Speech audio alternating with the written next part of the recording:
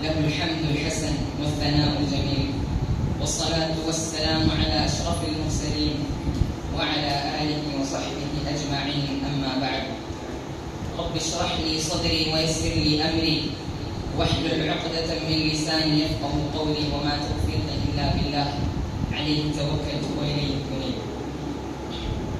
Respected teachers, honorable judges, and my dear brothers and sisters, first of all, I thank Allah subhanahu wa ta'ala who gave me an opportunity to deliver a speech on the topic, the importance of time in the life of a Muslim. As we all hear and know, time is a blessing from Allah subhanahu wa ta'ala. We all have to accept it. And Allah has given a great importance to time. Allah has given a great deal of importance to time. There are a lot of verses in the Quran that directly or indirectly indicate the importance of time. And a lot of chapters in the Quran starts with words like wal-asr, wal-duha, wal-layl, and wal-fajr, etc., which all indicates the importance that Allah has given to it. And when the slave stands before Allah on the day of judgment, when he stands before Allah on the day of resurrection, he will be asked 4 questions mainly. Of his 2 is regarding time. Number 1 is about his youth, how he spent it. And number 2 is about his lifetime. And it's a truth that we should understand, that no matter how long we live, the end of all living beings is death. We all have to die. And when the angel of death reaches us, it will be like that we only live for a very short period of time.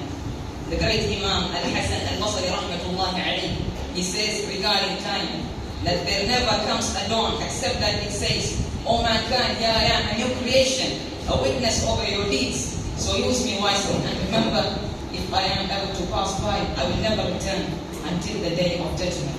These are some golden advice from the Imam Hasan al-Basri, rahmatullahi alayhi, that we should always attach to our heart whenever we are trying to do something unnecessary.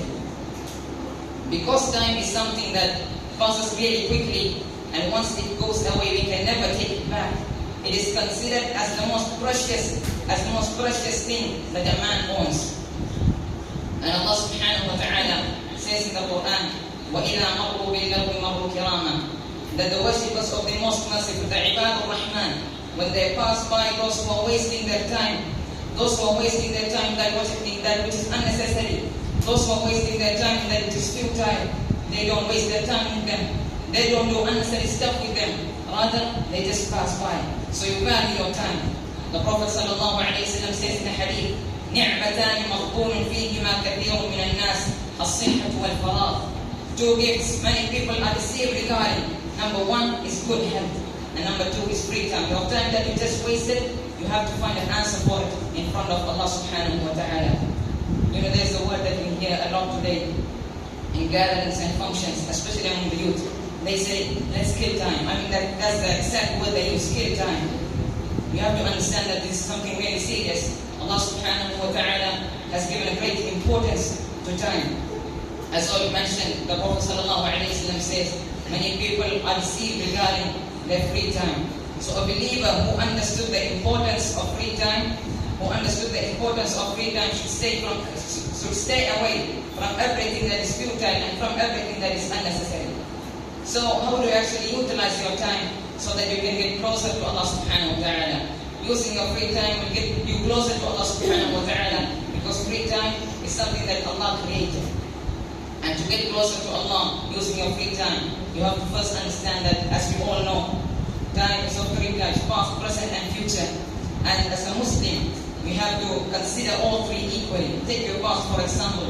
You have to think about your past sins. Repent. حاسبوا أنفسكم قبل أن تحاسبوا وزنوا أعمالكم قبل أن توزنوا فإن اليوم عمل ولا حساب وغدا حساب ولا عمل. What does it say? حاسبوا أنفسكم قبل أن تحاسبوا. Take account of yourself before you are taken account of. وزنوا أعمالكم قبل أن توزنوا. And weigh your deeds before it gets weighed. And take consideration of your present too. Think about and take consideration of your future too. Think about what you have prepared for tomorrow, what you have done for the afterlife. يا أيها الذين آمنوا اتقوا الله ولتنظر نفس ما قدمت لغد. All you who believe, fear Allah and keep your duty to Him, and let every person look at what he has done for tomorrow, what he has sent forth for tomorrow. And most importantly, consider your present. Try to do as much as you can in the spirit. Try to fear Allah as much as you can. Because even if you somehow couldn't get to the future, you don't need to regret. You won't regret because you have done everything that you need to do at the right time. And I'm reminding you once again the words of the Messenger of Allah sallallahu alayhi wa sallam. نعمتان مغبون فيهما كثير من الناس الصحة والفراغ. وآخر دعوتي أن الحمد لله رب العالمين. السلام عليكم ورحمة الله وبركاته.